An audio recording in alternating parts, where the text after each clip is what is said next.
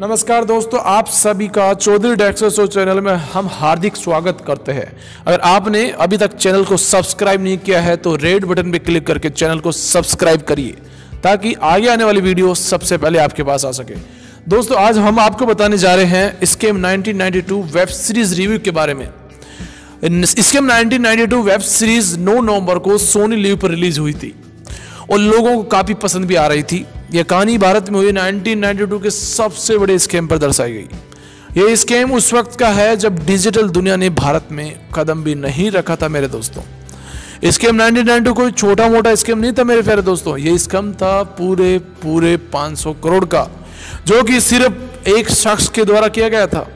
हाँ जी हाँ, 500 करोड़ का जो घोटाला था वो सिर्फ एक शख्स के द्वारा किया गया था और वो थे हर्षद मेहता। इतनी बड़ी हेरा फेरी के पीछे जिस शख्स का हाथ था उसका नाम हर्षद शांतिलाल मेहता था जी, जिसने पूरे स्टॉक मार्केट को हिला के रख दिया था। हर्षद मेहता एक आम गुजराती लड़का था जिसके काम छोटे पर सपने बड़े थे। इनके पिताजी का कपड़ों का कारोबार था जो पूरी तरह फ्लॉप हो चुका था, जिसकी वजह से हर्षद को गरीबी की तरह जिंदगी जीनी पड़ रही थी जो उसको बिल्कुल भी पसंद नहीं थी। हर्षद के इरादे बहुत ही पक्के थे। उसने सोच लिया था कि अब लाइफ में कुछ बड़ा करना है। हर्षद जी बॉम्बे गए और हर्षद ने बॉम्बे आकर स्टॉक मार्केट के बारे में जाना। उसके लिए जांच पड़ताल की, पूरी नॉलेज गेन की और अपना दिमाग लगा के स्टॉक मार्केट का बिग बुल बन गया। हर्षद अपना प्रॉफिट बढ़ाने के लिए स्टॉक मार्केट में लोगों के पैसों के साथ खूब खेल चुका था। अब पैसे की भूख को मिटाने के लिए वो शेयर मार्केट के साथ मनी मार्केट में भी उतरना चाहता था। मनी मार्केट ने हर्षद ने सरकारी बैंकों को फायदा उठाया और उसने बड़ी चालाकी के साथ बैंकों के संग खेलना शुरू कर दिया और इसी चालाकी के साथ उसने एसबीआई का 500 करोड़ का भी स्कैम कर दिया। क्या बात है। इतना ही नहीं बल्कि जब हर्षद की सच्चाई सामने आई ना लोगों के सामने मेरे प्यारे दोस्तों, तो उसने प्रधानमंत्री पर भी 1 करोड़ रुपए लेने का आरोप लगाया था, लेकिन कुछ सबूत और गवाह न होने के कारण इसका खुलासा नहीं हो पाया था।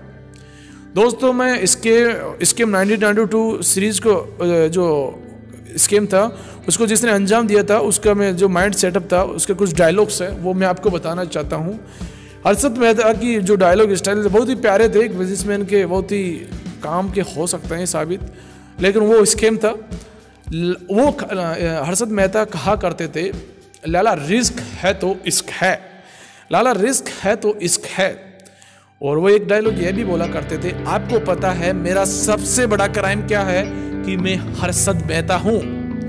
और वे ये भी बोलते थे, अगर मेरी पूंछ में आग लगा दी ना किसी ने तो लंका तो उनकी भी जलेगी।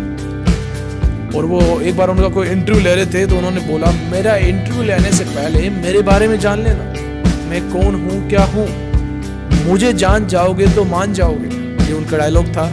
और उन्होंने मोस्टली बोला करते थे, लाला ओल्ड स्कूल हो या न्यू स्कूल, सबके स्कूल में एक सब्जेक्ट कॉमन होता है, प्रॉफिट, और वो मेरा फेवरेट सब्जेक्ट। सक्सेस क्या है, फेलियर के बाद का नया चैप्टर। अली बाबा और 40 चोर, अली बाबा और 40 चोर, हर्षद मेहता और गिरफ्तार, वो ये बोला करते थे।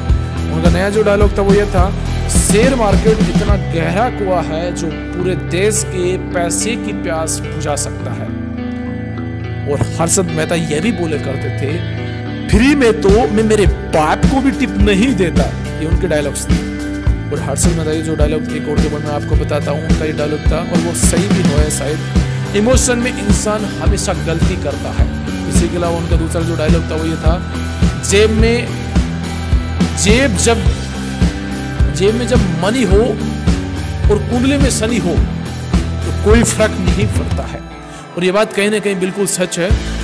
ये हर्षद मेहता जो डायलॉग्स बोल रहे हैं उनमें कहीं ना कहीं रियलिटी है, लेकिन वो किस कारण से स्कैम में गए शायद वही जानते हैं, किस कारण से उन्होंने इस चीज को स्कैम बना दिया। हर्षद के धंधे की ढेर पर भरोसा रखे, अच्छे कट जाते हैं भरोसा रखने के कारण। हर्षद मेहता ये बोला करते थे। हर्षद मेहता एक बहुत ही उनका फेवरेट जो डायलॉग था वो यह था कि हर्षद मेहता सिगरेट तो नहीं पीता लेकिन जेब में लाइटर जरूर रखता है धमाका करने के लिए। और वो ये भी बोला करते थे, गुजराती के लिए धंधा धर्म से भी बड़ा है। और गुजराती धंधे में बहुत ही आगे होते हैं। अब मेरी तरह से रिस्क से इश्क है किसी को तो कूद पड़ो, या तो डूब जाओगे या उड़ जाओगे, वो ये बोला करते थे। हर्षद मेहता यह भी बोला करते थे, मैं हिस्ट्री बनाना चाहता हूं मेरे प्यारे दोस्तों, और हिस्ट्री ऐसे ही नहीं बनती है, हिस्ट्री बनाने के लिए लोगों को साथ लेके चलना पड़ता है। और वो यह भी बोला करते थे, प्रॉफिट दिखता है तो हर कोई भी झुकता है। तो मेरे सभी प्यारे दोस्तों से मैं बताना चाहूँगा कि इस प्रकार से हर्षद मेहता की स्टोरी थी, उनके जो भी उन्होंने स्कीम किया था उसके बारे में था, और उनके डायलॉग्स थे। दोस्तों अगर आपको हमारा ये वीडियो और कंटेंट अच्छा लगा हो तो आप इस वीडियो को जितना हो सके शेयर करिए। अगर आपका जो भी रिव्यू और फीडबैक है वो आप हमें कमेंट के जरिए बता सकते हैं, और हम आपके लिए आगे ऐसे ही वीडियो लाते रहेंगे। धन्यवाद। आप सभी दोस्तों को मैं धन्यवाद देना चाहूँगा और कुछ चीज़ बोलना चाहूँगा, जीवन में हमेशा खुश रहिए। जीवन एक ही बार मिलता है, लाइफ एक ही बार मिलती है। Always remember life is limited. Thank you so much. और चौधरी डेक्सटर शो पे आते रहिए और अच्छे वीडियोस देखते रहिए motivational. Thank you so much.